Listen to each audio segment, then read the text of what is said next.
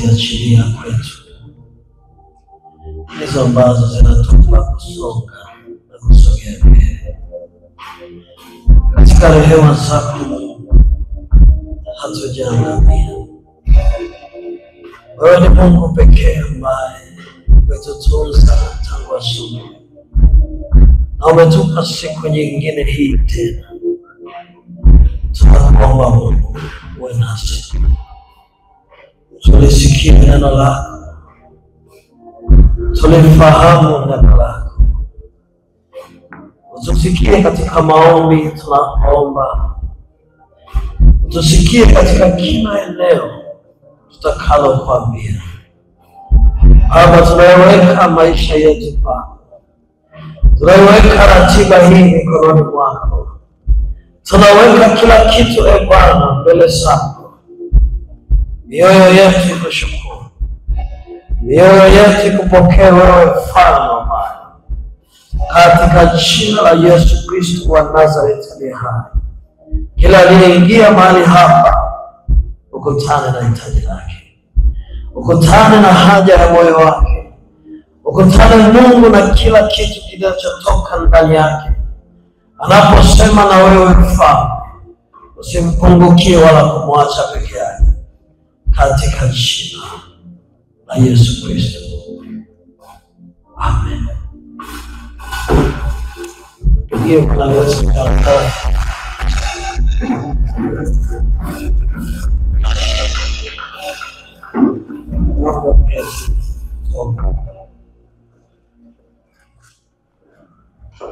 Bwana Yesu asifiwe.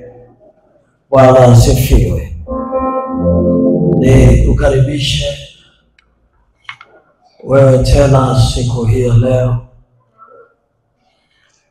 tunapoingia katika siku hii ya tatu.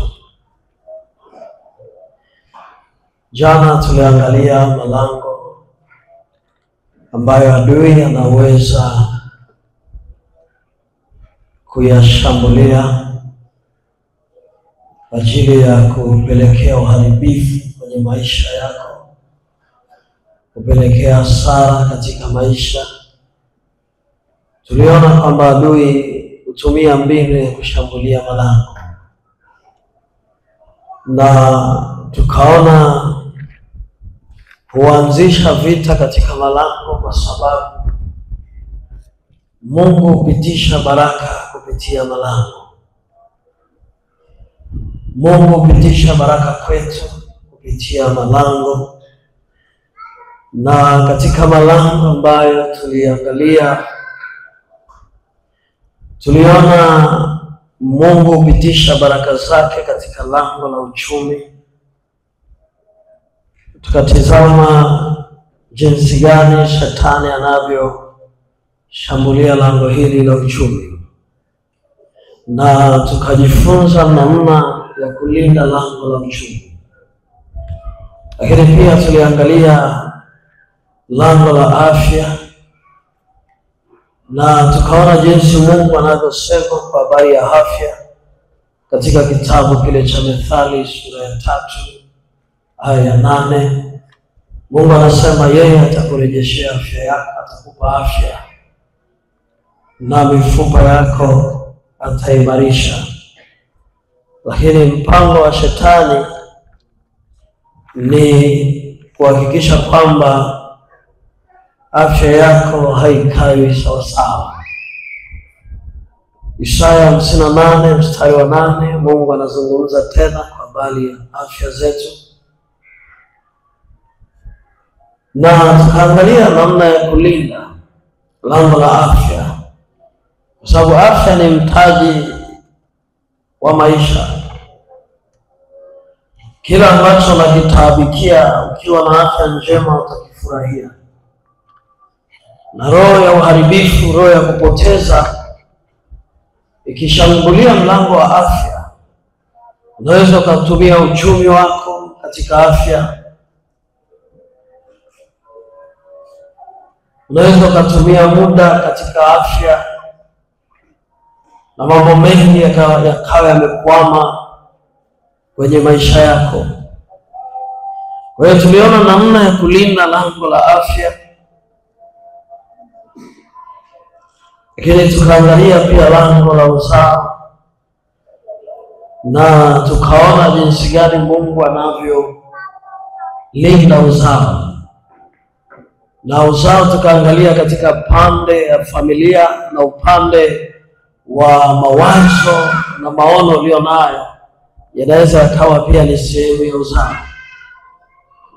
Na tukaona kwamba Mungu hafurahishi anapoona watu wanapata uzao usiofaa, yaani uzao ambao haufaidii kwenye maisha yake. Na Mungu anazuia mapooza kuzaliwa, anazuia mharibu wa mimba, anazuia. Na hayo yote tuliyaona katika maandiko, lakini pia tulijifunza namna ya kulinda uzao, na Mungu anaulinda ukisimama vyema katika imani. Tukaangalia lango la familia.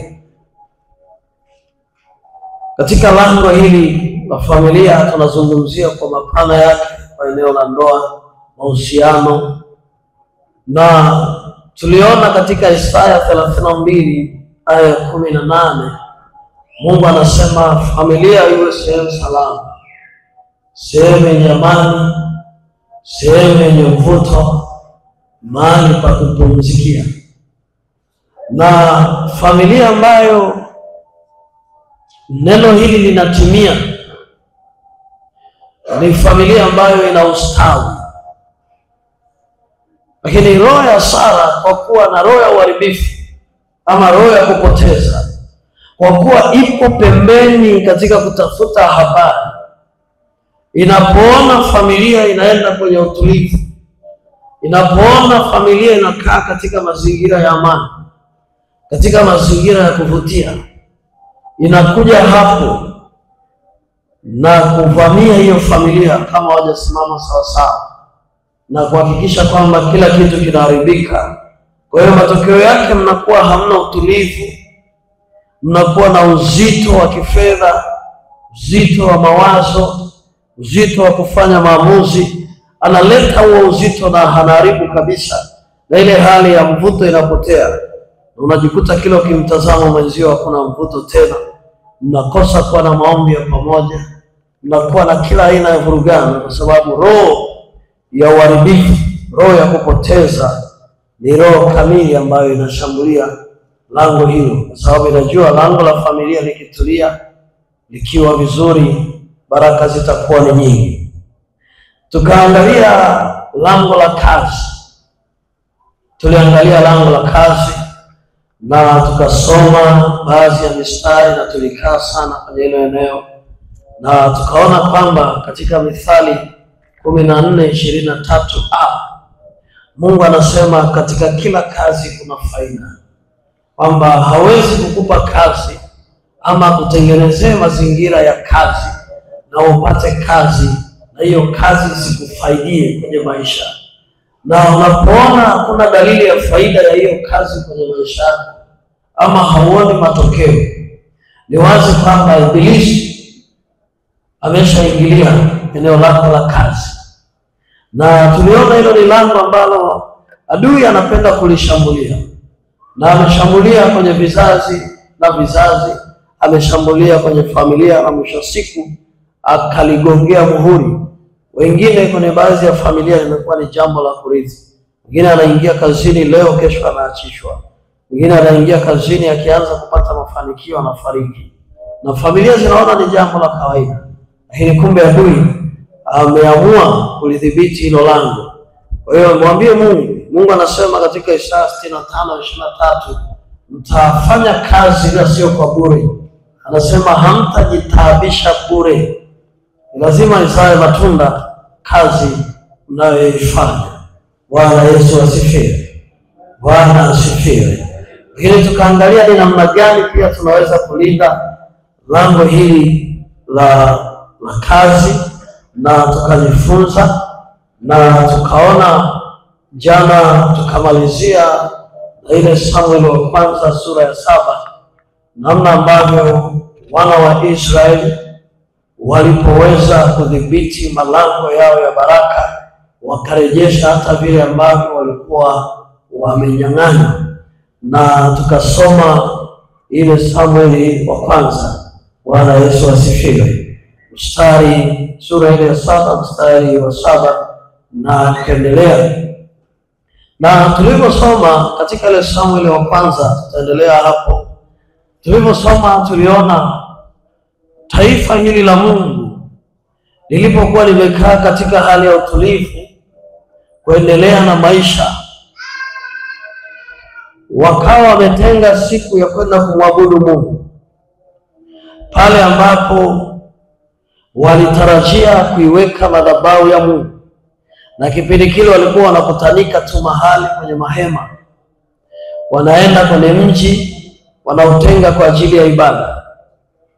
Na walipokuwa wameenda kukusanyika wakutane na Mungu wao, waendelee kumwomba kwa habari ya maisha yao na malango yao ya baraka, Wafilisti ambao tunawaweka kama ni kundi la Ibilisi, tunawaweka katika picha ya namna hii kwamba hawa hawakufurahishwa sana na utulivu wa wana wa Mungu. Na ndivyo ilivyo hata leo. Shetani hafurahishi sana na wala hatafurahishwa anapokuona wewe upo katika hali ya utulivu, upo katika hali ya amani, kwa sababu anajua ukiwa katika hali ya amani utafikia katika mafanikio. Shetani anajua unapopata amani utakuwa na uwezo wa kutulia kimawazo, utakuwa na uwezo wa kupangilia mikakati yako, utakuwa na uwezo wa kukamilisha na kwenda kwenye ratiba zako. Bwana Yesu asifiwe. Analijua wazi.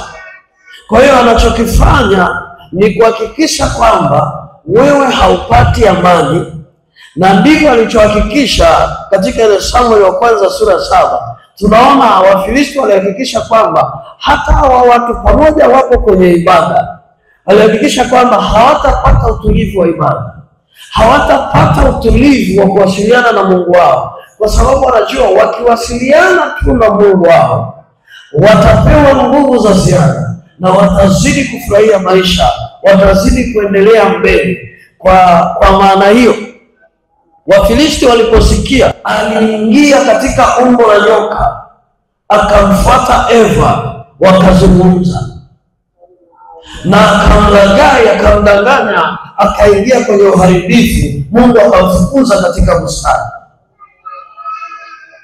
Kwa maana hiyo, shetani anaweza akaingia katika umbo lolote. Biblia inatuambia katika Injili ya Mathayo, shetani akamuingia Yuda, akamvaa Yuda akavaa roho ya usaliti. Hiyo ni roho ya uharibifu. Akamsaliti Yesu, akamuuza kwa vipande vya fedha ili haribu mission ya Mungu ambayo ilikuwa katikati, akifundisha watu na kuokoa watu. Kwa hiyo shetani anaweza kavaa sura na mwili na kila kitu. Kwa hiyo Wafilisti waliingiliwa na roho ya shetani, wakawafuatilia wana wa Israeli wakiwa kwenye ibada, kwenye jambo la manufaa la kimaisha, ili waweze kuangamiza, walete uharibifu, ile jambo lisitumie. Kwa maana nakwambia uharibifu unafuatilia habari zako. Ayubu 28:22. Ayubu 28:22. Biblia inasema hivi: uharibifu na mauti husema, tumesikia habari zake kwa masikio yetu. Destruction and death say, we have heard the fame thereof. Anasema tumesikia habari zako. Manake uharibifu unafuatilia, na mauti nayo iko nyuma yake, kwamba mmoja wapo akishindwa mwingine anamalizia. Kwa hiyo hii ni roho kamili ambayo inakuja inafuatilia, inaangalia. Kuna mtoto anaanza form mwakani, inakaa tayari, inaangalia tunapiga lango gani. Kama haitapiga yule mtoto, anaenda kupiga kwenye uchumi. Unajua kwa sababu ili aende shule inahitajika, itapiga kwenye uchumi. Inafuatilia kama kuna jambo fulani unalianza, inafuatilia, inaangalia tukigusa wapi hata sogea. Bwana Yesu asifiwe. Umepata wazo la kununua kiwanja, uharibifu na mauti unafuatilia, inajua kabisa huyu akinunua kiwanja hata baki pale pale alipo, hataenda hatua nyingine. Yeye mwenyewe uharibifu na mauti wanakutafutia mazingira, unapata kiwanja, kumbe kile kiwanja kina ulagani. Unakinunua kiwanja haujui, unafika unaanza kujenga tu. Unashangaa, una kesi inainuka. Kiwanja ulichoingia kina kesi. Ameshakupotezea muda, anakupotezea na fedha, anakuondolea amani, unakuwa kwenye mawazo. Akishakondolea amani tayari hakuna mafanikio tena. Uharibifu. Ambie jirani yako, usiache roho uharibifu ikasikia habari zako. Ambie jifunike kwa damu ya Yesu. Bwana asifiwe. Usiache ikasikia habari zako, kwa sababu inaposikia habari zako yenyewe inahakikisha inaingia kwenye matendo. Angalia Ayubu 26 aya 6. Ayubu 26 aya 6. Biblia inasema kaburi li wazi mbele yake, uharibifu nao hauna kifuniko. Mungu anasema na Ayubu, anamwambia Ayubu kwamba uharibifu upo, hauna kifuniko, uko tayari kumeza. Manake ni shimo kama lilivyo kaburi, na uharibifu ni hivyo hivyo, ni shimo na hauna kifuniko. Manake umekaa tayari kumeza watu. Roho ya kupoteza haina kifuniko na iko wazi. Kwa hiyo unaona uhusiano uliopo kati ya uharibifu na mauti, roho ya kupoteza na mauti. Kanisa, Bwana asifiwe. Unapofanya jambo la faida kwenye maisha yako, hakikisha linalindwa na nguvu za Mungu.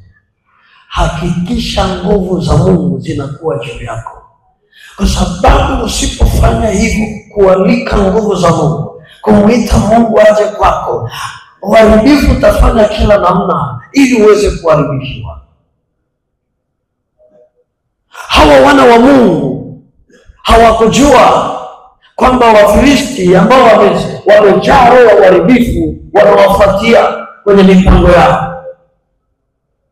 Kwa hiyo na Wafilisti waliposikia, manake walikuwa wanafuatilia movement zao, walikuwa wanafuatilia kila hatua.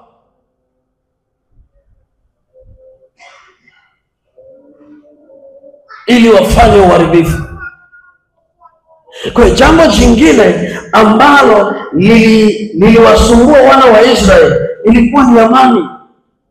Hao Wafilisti walitaka hawa jamaa wakose amani katika ibada.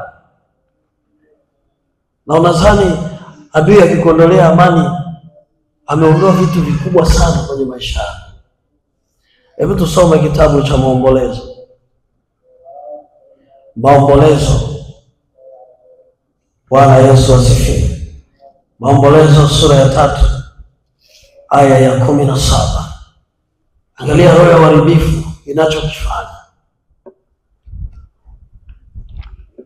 Biblia inasema umeniweka nafsi yangu mbali na amani, nikasahau kufanikiwa. Mungu anazungumza hapa, anasema hivi kwamba nafsi yako ikiwa mbali na amani, manake amani ikiwa mbali na nafsi yako, sahau kufanikiwa. Yaani nafsi ikikosa amani, utulivu unakosekana. mpangilio wa mawazo, mpangilio wa mikakati unakosekana. Kwa hiyo sahau kufanikiwa. Kwa hiyo huyu anasema kwamba nafsi yangu imewekwa mbali na amani, sioni kufanikiwa. Ni kitu cha kusahaulika kwamba utakaa kuwe na mafanikio. Kanisa, Bwana asifiwe. Nataka uelewe hili jambo. Ndio maana kwenye Mithali anasema linda sana moyo wako. Usiruhusu moyo wako ukajeruhiwa. Kwa sababu moyo wako ukijeruhiwa, sahau kukaa kwenye utaratibu wa mipangilio wa maisha yako. Kuna vitu vitapotea, kuna vitu vitaharibika, kuna kalenda zitaharibika. Kwa hiyo Mungu anasema hii roho ya uharibifu sio ya kuiacha, ni ya kuishughulikia. Ndipo wana wa Israeli walipopata taarifa kwamba Wafilisti wameinuka, wao wakaenda kwenye gia namba 1 ya kushughulikia roho ya uharibifu, wakatoa sadaka katika madhabahu ya Mungu aliye hai. Hiyo ni mbinu namba 1 ya kushughulikia roho ya uharibifu. Bwana Yesu asifiwe. Wakatoa sadaka kwenye madhabahu ya Mungu aliye hai, wakamwachia Mungu ile jambo. Na walipotoa sadaka, ajenda zao kubwa ni kuhakikisha kwamba hii roho ya uharibifu na mauti haiwezi kupata ushindi. Na jambo la pili, kuhakikisha kwamba wanapata amani na kuendelea na maisha yao. Na kilichotokea walipotoa ile sadaka, na nabii Samueli wakampa, alipoenda mbele za Mungu katika madhabahu ile, alipotoa, nguvu za Mungu zikafanya kazi. Nguvu za Mungu zikapiga kishindo kwenye ile mipaka ambayo Wafilisti walikuwa wamekaa ili waweze kushambulia. Na walipochanganyikiwa na kuvurugwa, ndipo wana wa Israeli na wao wakapata nguvu, wakawainukia na wakaenda wakawamaliza yote. Biblia inasema, ukiendelea mstari wa 11 mpaka 15, inasema nao wakaingia kwenye mipaka ya Wafilisti, wakachukua na miji yao ambayo ilikuwa imechukuliwa mwanzo. Manake walirejesha hata vile ambavyo vilikwisha kupotea. Bwana Yesu asifiwe.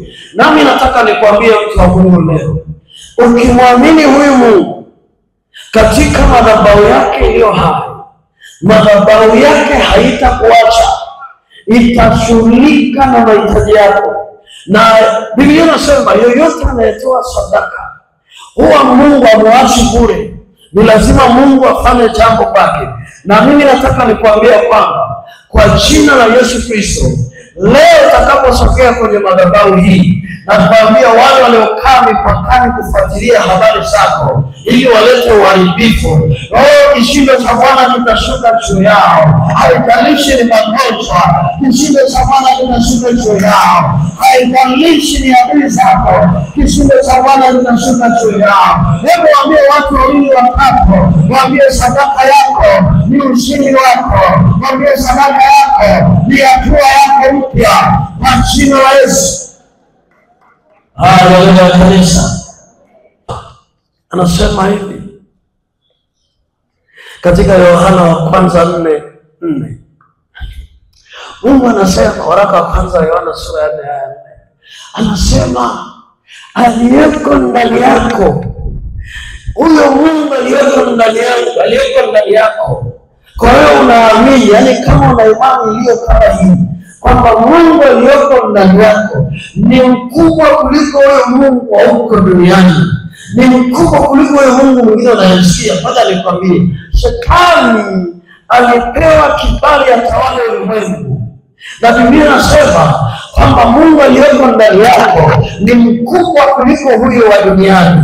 Manake huyu Mungu unayemwamini katika madhabahu hii ni mkubwa kuliko huyo Mungu unayemsikia kwa duniani. Mungu huyu unayemwamini hapa ni mkubwa kuliko tatizo linalokujia, ni mkubwa kuliko ile hasara unayosikia, ni mkubwa kuliko kile kilichopotea, maana atarejesha mara 100. Anasema katika Yoeli, haijalishi kimeliwa na nzige, haijalishi kimeliwa na wadudu, yeye atarejesha. Piga kelele, mwambie Bwana rejesha. Bwana asifiwe. Yuko Mungu ni mkubwa. Naposoma hili neno naelewa. Yohana anasema aliye ndani yetu ni mkubwa. Yeye hafananishwi na chochote. Ni mkubwa kuliko. Kwa maana hiyo Waisraeli walijua. Ndio maana anamwambia Samueli, nenda chukua mwana kondoo huyu, mpeleke kamtoe kwa Bwana. Au kumwambia nenda kamtoe mahali pengine, walimwambia nenda kamtoe kwa Bwana. Na Samueli alipofika, anasema wakati anaiachilia tu, kishindo kikaanguka, na vile vilivyoanguka ushindi ukatokea katikati ya watu wa Mungu. Na leo unaenda kutangaza ushindi wako juu ya ile biashara yako, juu ya ile familia yako, juu ya watoto wako, juu ya kila kitu. Bwana asifiwe.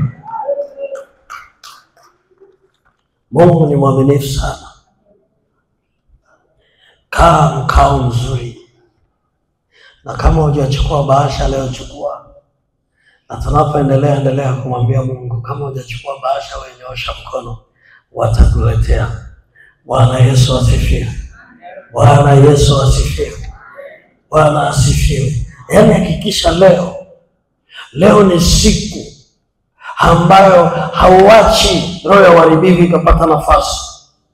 Isaya 37 mstari wa 3. Isaya 37 mstari ule wa 3. Bwana Yesu asifiwe. Bwana Yesu asifiwe. Isaya 37 mstari wa 3.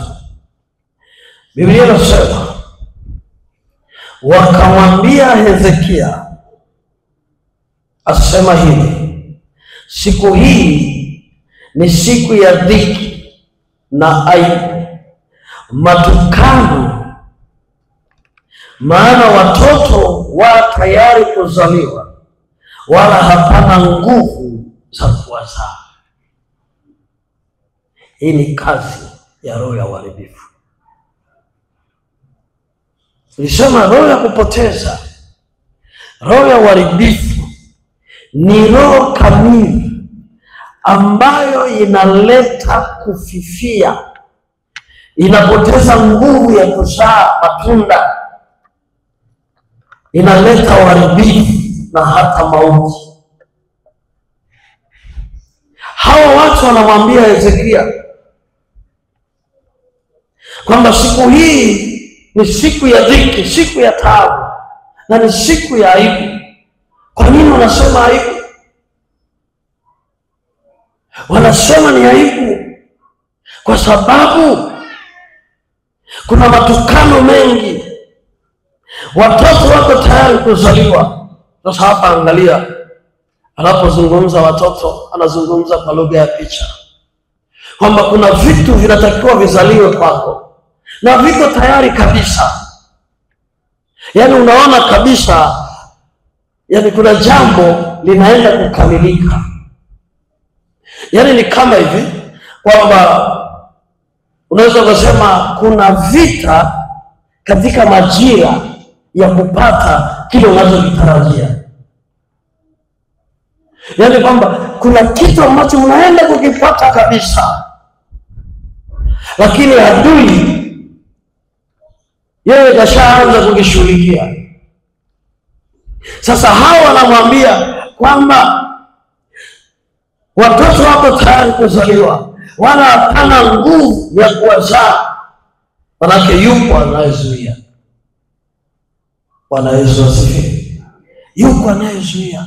Sasa Mungu akawajibu, na Mungu aliwajibu katika Isaya 66 mstari ule wa 9. Akaufungue. Nilikwambia tuko darasani na tunaendelea kuwa darasani.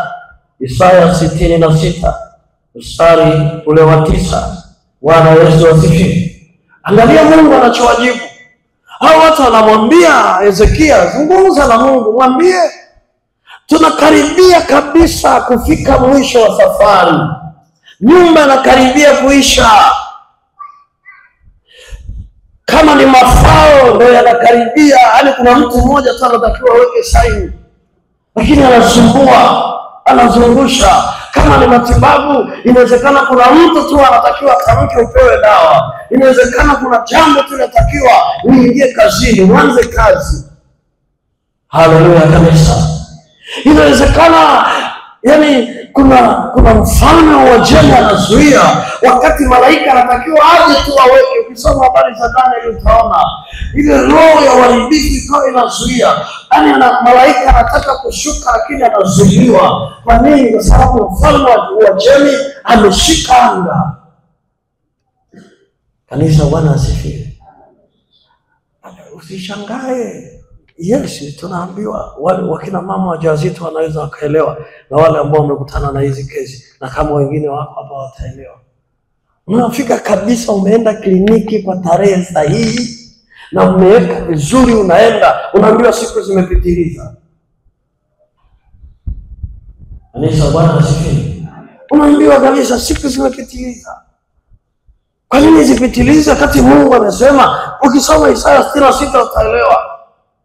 Wakati Mungu ameweka mfumo, zinapitiliza mpaka madaktari wanashtuka.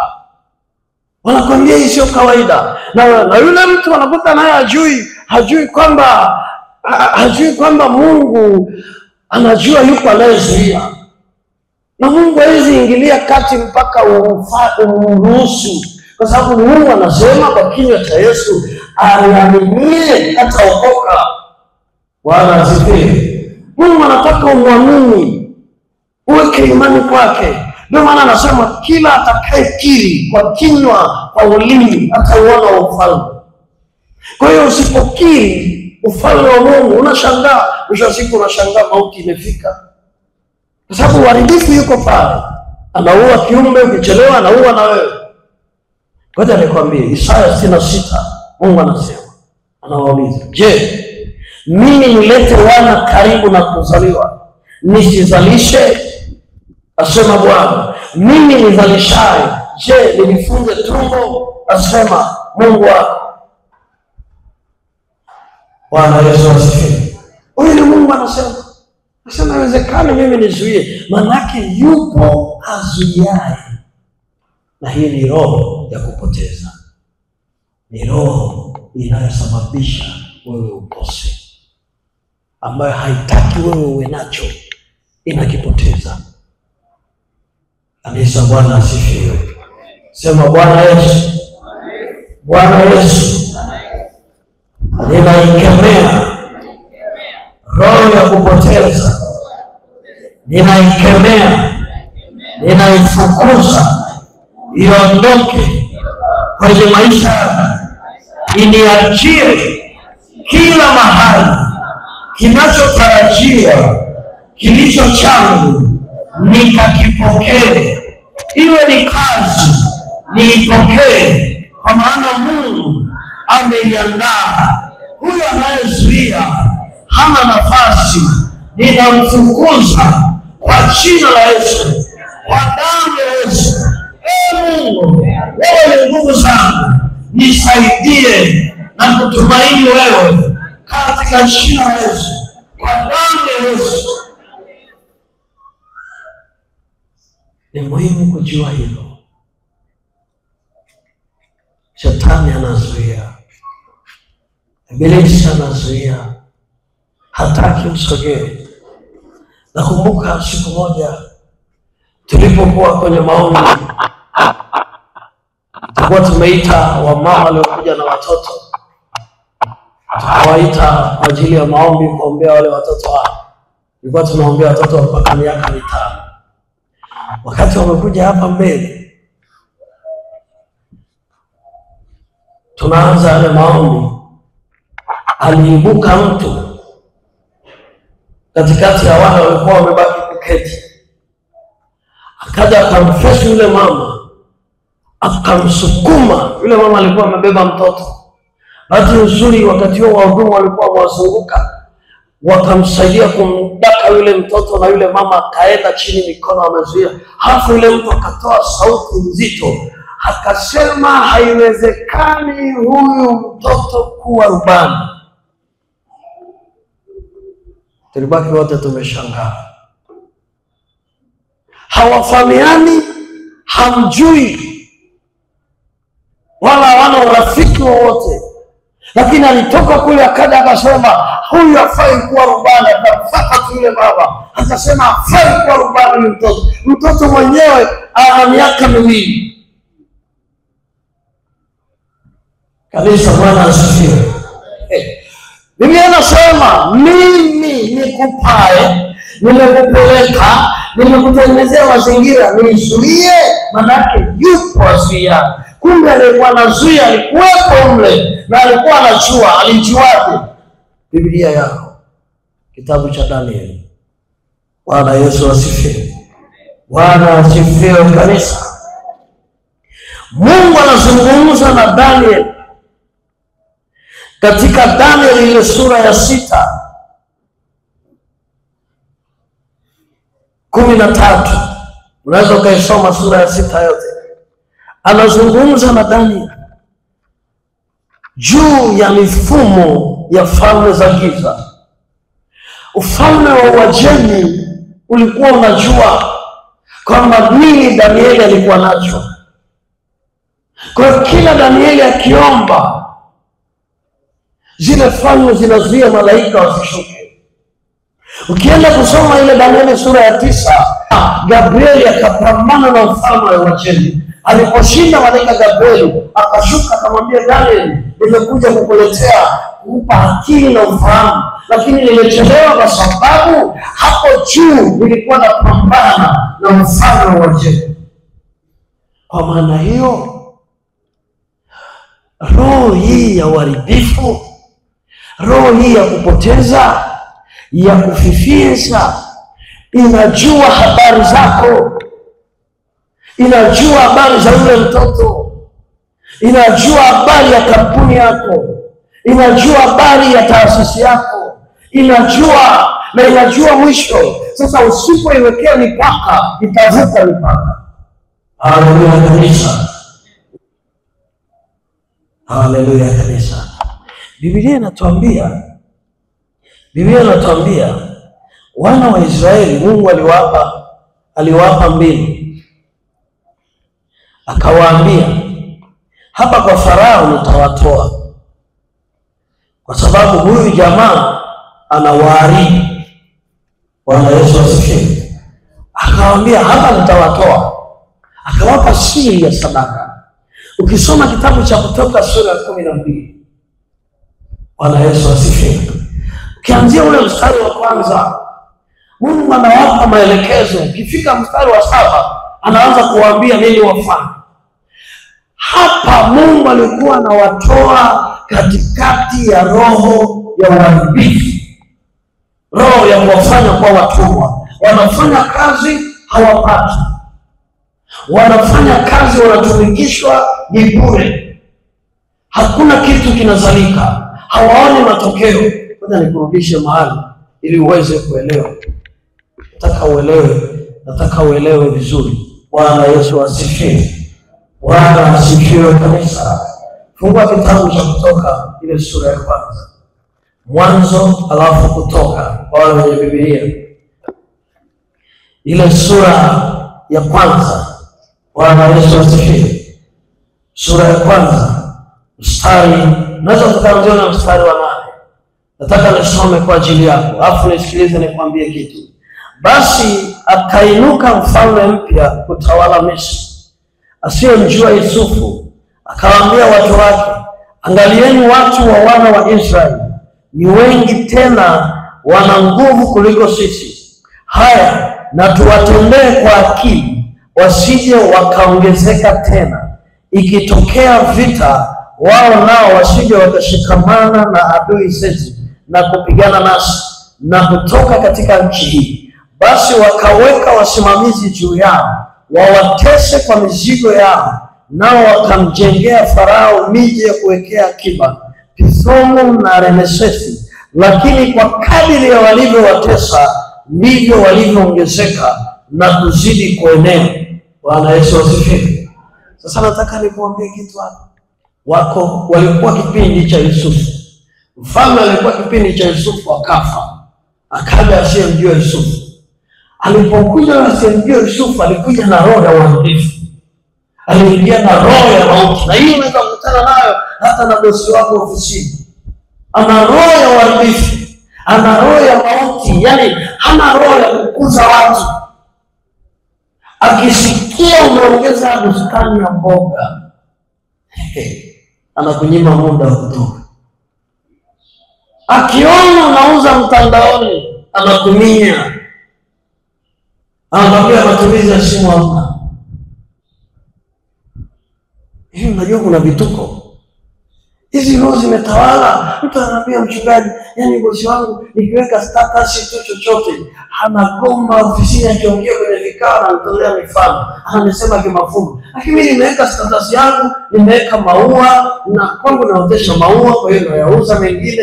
Nimeweka tu maua yangu. Lakini yani mifano ni mimi na anasema kabisa. Sasa naye amerekodi anambia, "Mchungaji hebu usikie hichi kikao." Lakini ukisikiliza unaona kabisa yani anamlenga. Yani ameingia kiongozi ana roho ya uharibifu ndani yake. Na roho hii haitaki kuona mwingine anasonga. Inazuia. Sasa huyu Farao akaona hawa watu, akawatumikisha. Sasa angalia anachosema. Akahakikisha kwanza wasiongezeke. Anazuia nini? Nguvu ya ongezeko. Wakati Mungu ametuumba ili teke. Mwambie tena Mungu amekuumba ongezeke. Mwambie kama una genge moja ongeza jingine. Usiogope kina Farao, Bwana asifiwe. Usiogope kina Farao, yuko Mungu anasimama na wewe. Farao akasema sasa na tufanye kwa akili. Na hapa nataka nikufungue. Shetani anafanya kwa akili. Kama wewe utumie akili, yeye anatumia akili. Angalia wamejipanga, anasema uharibifu usikia habari. Wamesikia habari zako kwamba kesho huyu anaenda sehemu fulani na kule anaenda kupokea mshahara. Wanakaa, wanapanga kwa akili. Tufanyeje? Unashangaa tujiona watu wanakuambia tupe chetu. Wamejuaje? Tupe chetu. Ambie jirani yako, acha kusema mambo yako ya maana. Bwana asifiwe. Mwambie tena, hata kusema mambo yako ya maana. Kwa sababu nao uharibifu ipo. Inazurura huku na kule. Sasa wachoshe miili yao. Angalia wanashughulikia lango la afya. Achoshe akili zao. Achoshe miili yao ili wasiongezeke. Biblia inasema jambo waliwatumikisha, waliweka mipango ya kule walikuja kuongezeka. Nataka nikwambie kwa jina la Yesu, haijalishi mipango yao ya kukuumisha, liko jina la Yesu. Mungu ndiye naye ni mkubwa kuliko wao, atakuongeza tu. Bwana asifiwe. Biblia inasema wakazidi kuongezeka. Sasa kwenye Kutoka 12 mstari wa kwanza ukisoma mpaka wa 14, ndipo Mungu anawaambia chukueni mwana kondoo, sadaka hii. Anawaambia ajitoleeni. Anawaambia chukueni mwana kondoo mkatoe sadaka, mtakapomchinja ile nyama mle. Kumbuka kule alikuwa hawana madhabahu. Farao alikuwa waruhusu.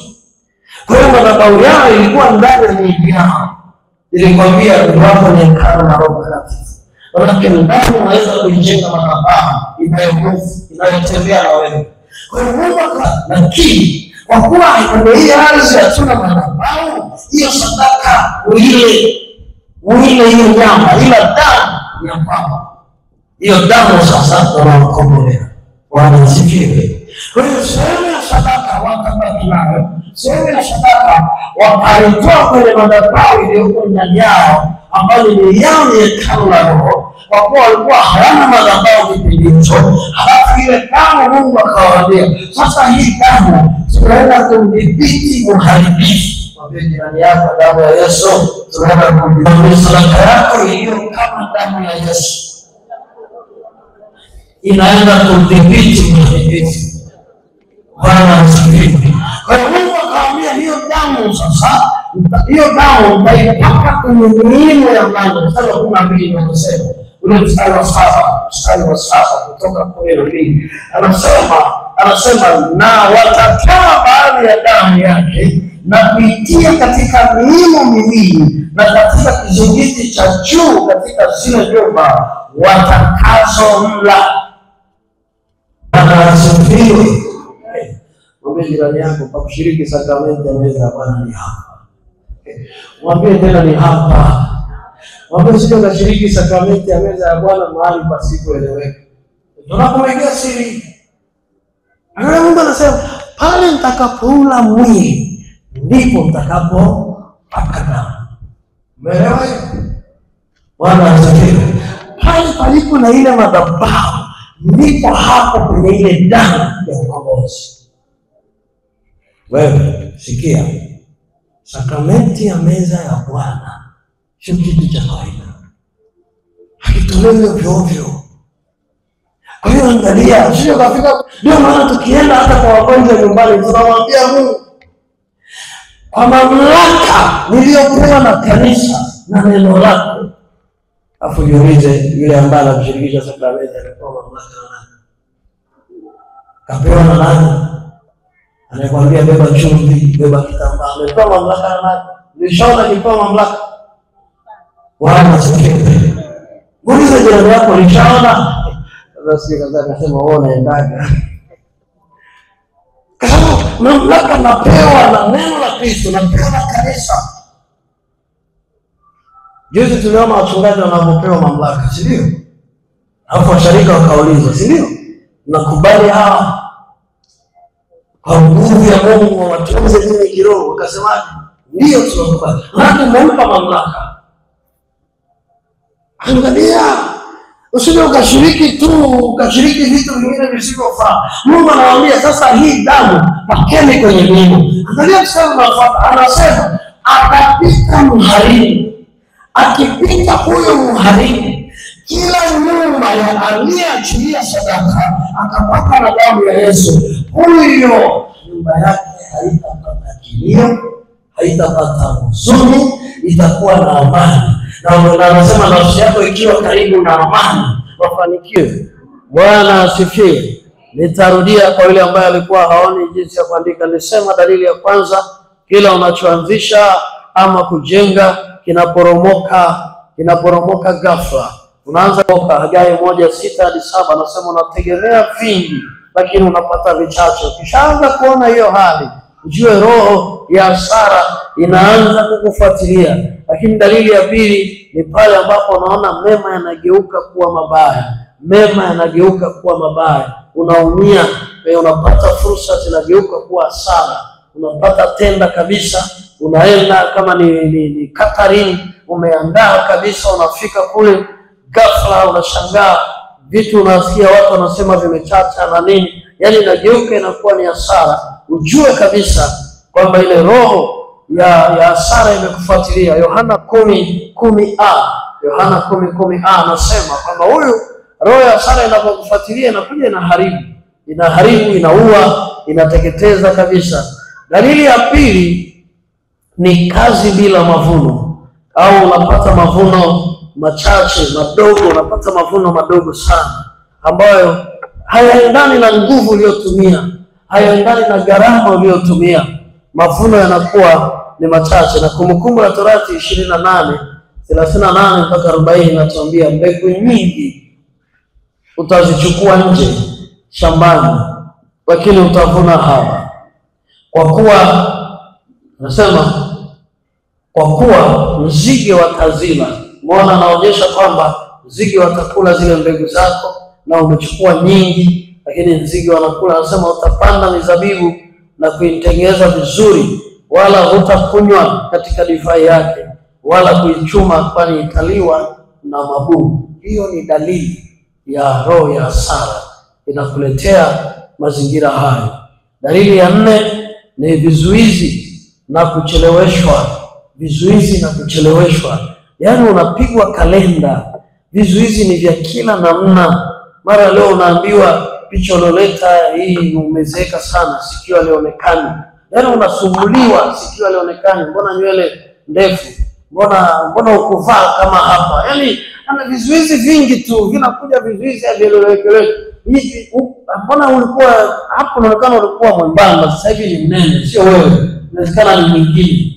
Leta mtu aje ashuhudie. Leta serikali za mitaa, serikali za mitaa na saini, anaangalia ile saini anasema huyu ni mjumbe wenu huyu, mbona mjumbe huyu hakai kwenu. Yaani vizuizi vingi tu. Ukishaona hiyo dalili, ujue ni roho ya hasara. Bwana Yesu asifiwe. Bwana asifiwe.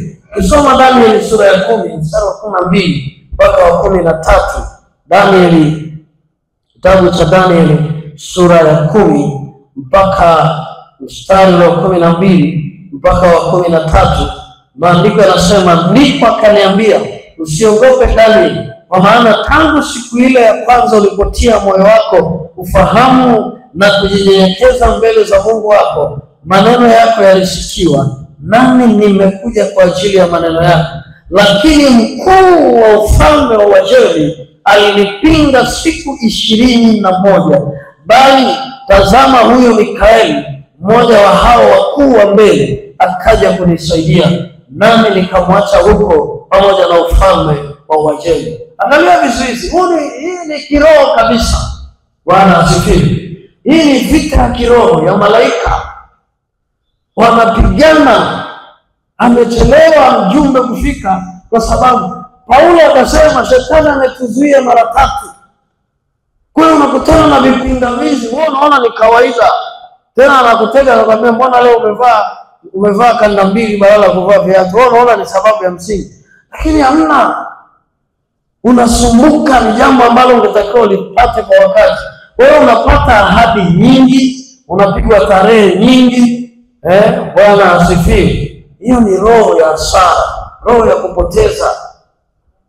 Naingia hapo. Hakuna kinachotimia. Wanakupiga tu tarehe. Kila mara visingizio vinainuka. Mkuu wa ufalme wa Uajemi anaweza kusema kinyume nao. Kisoma wa Efeso 6:12.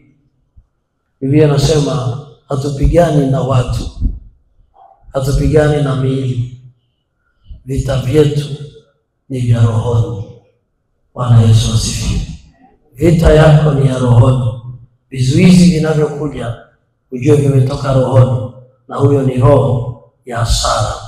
Bwana Yesu asifiwe.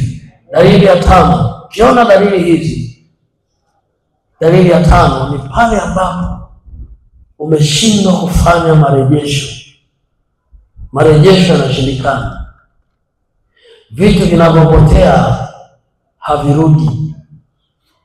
Yaani vinatoweka, havirudi. Ujue hiyo tayari, hiyo ni roho ya hasara. Ni roho ya hasara. Yoeli sura ya 1 mstari wa 4.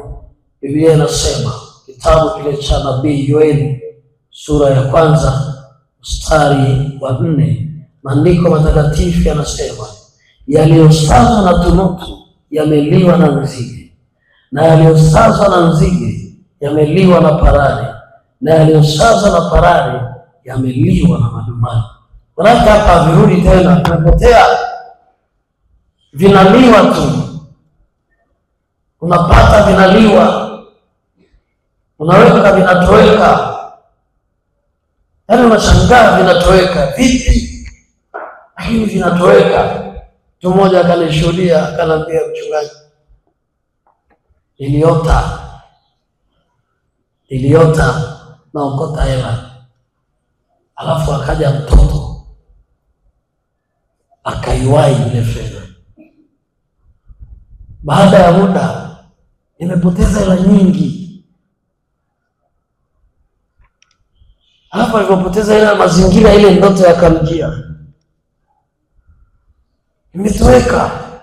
Lakini mimi nakumbuka wakati nilianza ualimu, nilikuwa na mwalimu mmoja, tulikuwa tunaishi naye nyumba moja. Tumepanga nyumba moja. Rafiki yangu alikuwa anaitwa Hassan. Tumetoka kule kijijini ni ndani, tumekuja Lindi, tumekuja kuchukua mshahara, tunarudi kijijini. Asubuhi ananifuata, ananiambia, mwalimu, najua hela yangu sioni. Nimeenda, ananiambia, nilipolala niliweka hapa na milango yote nimefunga. Hamna mtu ameingia, sioni. Vipi bwana? Ila usiku niliota nampa mtu. Niliota kabisa nampa mtu hela. Nimeamka sioni. Wallet hii hapa tupu, wallet tupu. Nani kachukua? Nikamwambia, sasa hapa inakuwa. Hata tumekaa tunaulizana. Akaja mwenyekiti wa kijiji. Yule mwenyekiti alikuwa kila asubuhi lazima aje tuangalie walimu tuko salama, kama kuna chatu simba porini. Akaja akatukuta pale, yani tuna mawazo. Nikamwambia, bwana mwenyekiti, mzangu ameota anampa mtu hela, asubuhi kaamka wale vitu. Najana tu tumetoka kuchukua, na yeye ananiambia amelala, amehesabu amehakiki zipo. Na hamna aloingia. Mwenyekiti, sasa baada mwenyekiti asikitiki, yeye anacheka. Anasema, mwalimu, mmekaribishwa na watu wa mji. Sema, mmekaribishwa. Lakini ngoja mtazipata. Ngoja. Kuna mzee mmoja jina lake nalitunza, sababu huwezi jua labda kuna uzao wake. Nalitunza. Akasema, tuna mzee wetu wa kijiji, nampelekea hii taarifa. Akawasha basikeli yake huyu akaenda. Siku ya kwanza, ya pili, sisi tuko shuleni, kumbe huko wameita mkutano wa kijiji. Kuna ule mkutano wa kijiji, yule mzee wa kijiji anawaambia, tumeletewa walimu na serikali, wanatakiwa wafurahie maisha, wafundishe watoto wetu wabadilike. Sasa nyinyi mmeanza kuwafanyia mambo ya ajabu, na mnaowafanyia walimu mambo ya ajabu nimeshawajua. Sasa nasema, waliochukua hela za mwalimu Hasani hazirudishi. Tuko shuleni sisi, mwenyekiti anakuja atambia, mwalimu, tumeshamaliza jambo lenu, hela zinarudi. Kesho mtalipa majibu. Asubuhi tunaamka, yule bwana amekuta hela zote zimerudi kwenye wale. Bwana asifiwe kabisa. Angalia mambo. Sasa hichi ndicho anachosema Danieli, kwamba mfalme wa Uajemi katuzuia, ila malaika alipoingia kupigana ile vita ndipo akapata upendo akaweza kupita. Maana nini? Uganga upo, Biblia inasema uchawi upo, na shetani anafanya kwa kuiga vile Mungu anavyofanya.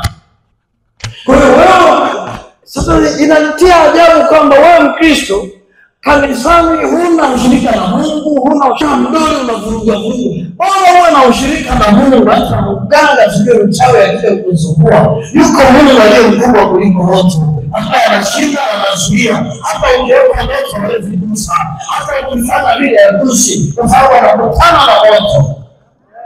Bwana asifiwe.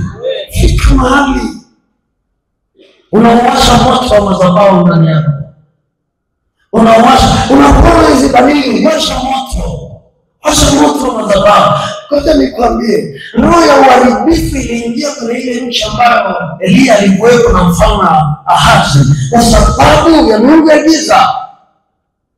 Walipoweka madhabahu za giza, roho ya uharibifu ikaingia, ikawapiga ukame. Hakuna mvua, hakuna chochote, hakuna kinachozalika. Elia alipopasua madhabahu, alipoharibu madhabahu za Baali kwa sadaka alitoa kwenye madhabahu ya Mungu, ndipo mvua ikanyesha. Bwana asifiwe. Kwa hiyo kuna dalili ukianza kuziona kwako, usione za kawaida. Wewe umekaa nyumbani, hamna panya, hamna sijui mende, lakini unga unaisha kwa staili ambayo inaeleweka. Unanunua nyanya leo hazipo. Hauna watoto wanaokula nyanya, zinatoweka. Viatu vinatoweka. Wewe unaona kawaida. Soksi hamna. Vitu vinatoweka tu unaona ni kawaida. Bwana asifiwe. Shughulika. Lazima ushughulike. Siku hiyo vile familia anambia mchungaji, sisi tumeamka asubuhi, tumefagia nyumba yetu, tukamwaga maji. Kuna jirani kaja akasogea, akasema waone, sasa ndio umeamua kumwaga maji. Sasa mtaona, na mimi nitamwaga pepangu. Sasa unadhani ni kwa nini? Unajua ni kwa nini? Ukisoma Wafalme wa Pili, sura ya 2, mstari wa 19 mpaka 21. Kumbe yule waliomkuta pale, yeye alikuwa ile eneo ndio eneo lake la kuchezea. Kwa hiyo hawa walipojua siri ya Mungu na kazi ya madhabahu ya Mungu, walichofanya kilichoko kwenye Wafalme wa Pili sura ya 2, huo mstari wa 19 mpaka 21, waliharibu mipango yake. Waliharibu ile mipango, waliwasha moto. Kwa hiyo yule kule network zikafika, akaja. Wenyewe wakashangaa. Wanasema hajaitwa wala hakuwepo, lakini amekuja na amejua tulichofanya. Bwana asifiwe. Kwa maana Mungu anatupa dalili. Ukiziona dalili zijue. Ukishaanza kuona moja wako jua. Haleluya kanisa. Bwana Yesu asifiwe. Umeziona dalili, umezisikia dalili. Kagua maisha yako. Kagua maisha yako na ufahamu. Ujue ni eneo gani unaenda kulishughulikia. Unapotoa sadaka yako leo, unapoingia kwenye madhabahu ya Mungu, ni eneo gani unaenda kulishughulikia. Hilo eneo lishughulikie sawa sawa. Tuna dakika 10 za kushughulikia hilo eneo ambalo wewe umeona kuna dalili. Zaburi ya 71, Daudi akamwambia Mungu, nimekukimbilia wewe nisiaibike. Nimekukimbilia nisiaibike. Anamwambia Mungu, nimekukimbilia nisiaibike. Watesi wangu wasipate nafasi. Mtesi wako wewe ni yule roho ya uhasara. Biashara yako unateseka kila mahali, watoto wako shule hawaleti matokeo mazuri, umetumia gharama za kila namna na wao wamesoma, wameteseka, Mungu zimewang'ata, hakuna matokeo, unaona ni kawaida. Unapambana chuoni, unapambana kwenye kazi, kwenye biashara, hauoni matokeo. Matumizi yanakuja, kila ukipata mshahara ndipo matatizo yanaibuka. Ukipata mshahara magonjwa, mtoto huyo anaambukizana na yule, ukimaliza ile fedha magonjwa yameisha. Halafu unaona ni kawaida. Usione ni kawaida kama kuna jambo liko sawa. Umepata jambo zuri, ghafla unashangaa kuna ndugu anakutembelea, anakuletea na zawadi ya sieleweki, halafu anakuja. Lazima uweke. Biblia inasema Nehemia aliweka mipango na ile mipango ikamfanikisha, akajenga ukuta wa mafanikio. Maana yake nini? Hata wewe lazima uweke mipango. Kuna vitu lazima uvipime kwenye maisha yako. Kama nikiingia hatua mpya ya maisha, kuna vitu gani vinatokea? Unapoingia unaangalia, hapo unashangaa kuna mtu wa aina moja tu. Kila ukiingia hatua mpya anakuletea kitu. Halafu mambo yakae sawa sawa. Ukiingia hatua mpya anakuja tena. Acha mtu wa Mungu, simama sawa sawa. Ifike mahali wewe kama Elia, akamwambia Mungu, hakuna mwingine wa kunitukuza labda wewe peke yako. Na Mungu akamdhihirishia, alituma watu tofauti tofauti kwa ajili yake. Bwana Yesu asifiwe. Kaa sawa sawa. Kaa sawa sawa. Kaa sawa sawa. Ulimwengu wa kiroho ni ulimwengu mgumu sana. Naona Biblia anasema vita vyetu ni dhidi ya falme tena za giza. Halafu anasema vaeni silaha. Mungu anatupa silaha. Damu ya Yesu inanekele sadaka yako. Na umeona dalili ambazo nimekusomea. Zitengeneze ziwe ni ajenda zako za kuombea. Tunapoenda kuomba, mtu wa Mungu omba, yaani usifanye masiara, omba. Mungu anasema ombeni pasipo kuchoka. Hata kama hujui kuomba, wewe ita hilo jina la Yesu. Itamke damu ya Yesu. Mungu amekupa na silaha. wakaipaka damu ya Yesu, wakatoa sadaka. Hawakutoa kimya, walitamka neno. Naomba na ya kwamba walitamka neno. Tamka neno na wewe. Mungu wa madhabahu hii atawasha moto. Mungu akawasha moto wake, na anapowasha moto, jua ni moto unawaka, wala sio kitu kingine. Ni moto wa kuleta mabadiliko, ni moto wa kuleta furaha, ni moto wa kuleta uzima, ni moto wa kuleta nguvu. Bwana Yesu asifiwe. Ni moto ambao unawaka sawasawa. Ya Yesu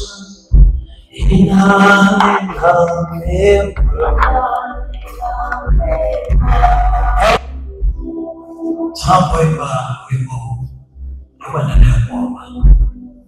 Omba rehema, omba toba, omba mwenyewe. Wewe unajua maisha yako, unafahamu maisha yako.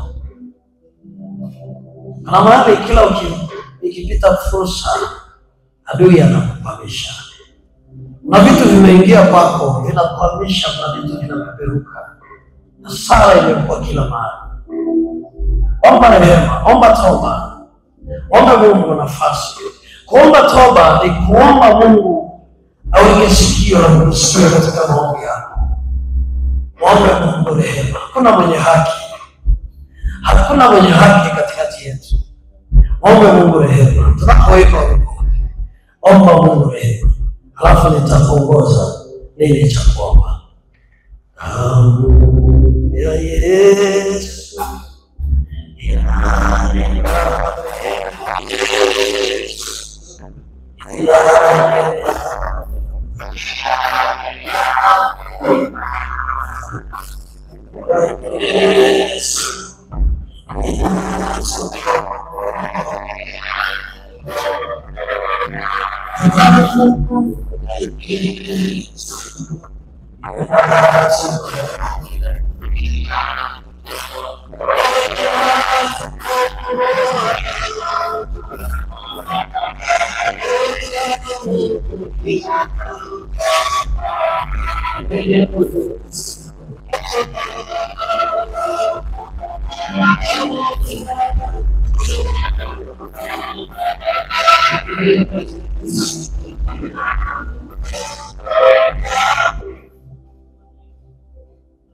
Ninalitukuza jina lako. Ninaliashiria kwako. Kagua kila neno. Pale ambapo roho ya hasara imeweka makao, ninaomba Mungu iondoe. Ondoa kila kilicho cha kwake. Ondoa, ng'oa hilo pando la hasara, pando la uharibifu, pando la kupoteza, pando la mauti. Ewe Bwana, ng'oa kabisa kila mahali. Ewe Bwana, ng'oa hilo pando. Nimeteseka, maisha yangu yanahitaji ustawi ulionipangia, lakini adui amesimama kwenye nafasi ya kuniumiza. Nimechoka Bwana, nimechoka Mungu, nimechoka Yesu, nimechoka hayo mateso, hasara. Nimechoka kulia, nimechoka kwa uchungu. Bwana, amani yangu shetani ameiba ili kuniweka mbali na mafanikio. Leo nimejua siri Baba, katika jina la Yesu, ninasema leo chochote ambacho kilikaribisha roho ya hasara, roho ya uharibifu, roho ya mauti, Bwana, ninakiharibu kwa moto wa madhabahu, moto wa madhabahu, moto wa madhabahu, moto wa madhabahu. Endelea kuomba peke yako. Asua, omba maombi ya vita, omba maombi ya vita, kata kia kisasi, omba kwa watoto wako, omba kwa ajili ya uchumi wako, omba, tamka. Endelea kutamka, usikae kimya.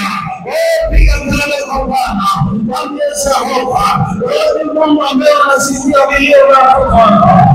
Yuko Mungu anayesikia kilio chako katika damu ya Yesu, katika damu ya Yesu, katika damu ya Yesu, katika damu ya Yesu.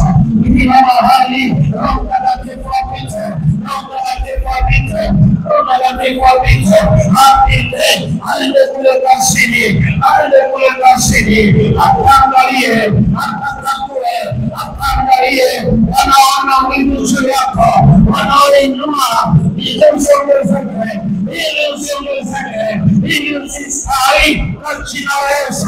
Tunaharibu hiyo mipango katika jina la Yesu. Tunaharibu hiyo mipango, tunaharibu hiyo mipango. Oh, Bwana Yesu, ndio, endelea kumwambia Bwana, endelea kumwambia Bwana.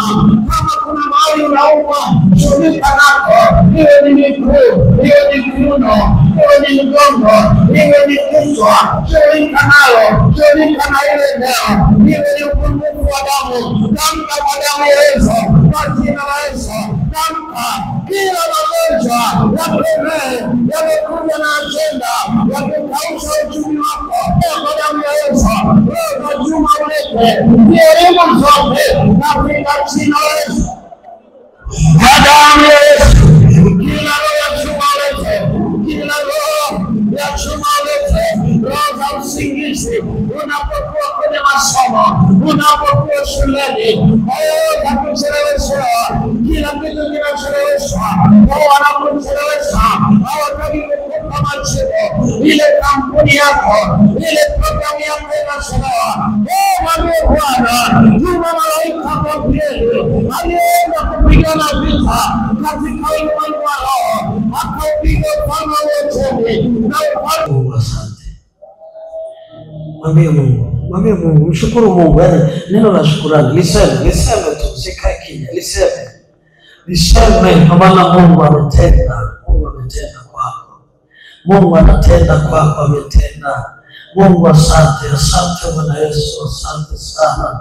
Asante Mungu, sina cha kukurudishia Bwana. Asante Mungu, kwa wema na fadhili zako. Ninamshukuru Bwana. Asante Jehova. Asante kwa ratiba ya leo. Asante Bwana Yesu. Asante kwamba umesikia maombi yangu, umesikia maombi ya watoto wako, umesikia sala zao, umesikia haja za mioyo yao. Bwana, tunasema asante, tunakushukuru kwa kila jambo. Tunakushukuru Bwana, hata walio wadhaifu ndani yetu Mungu, tunakushukuru. Kama unawaponya miili yao, ponya kila mmoja, pita katikati yao, ponya ugonjwa, ponya ile tatizo, ponya maumivu yote yaondoke. Katika jina la Yesu tunakushukuru. Katika jina la Yesu tunakushukuru Mungu, tangu sasa na hata milele. Na kila mmoja aseme amen.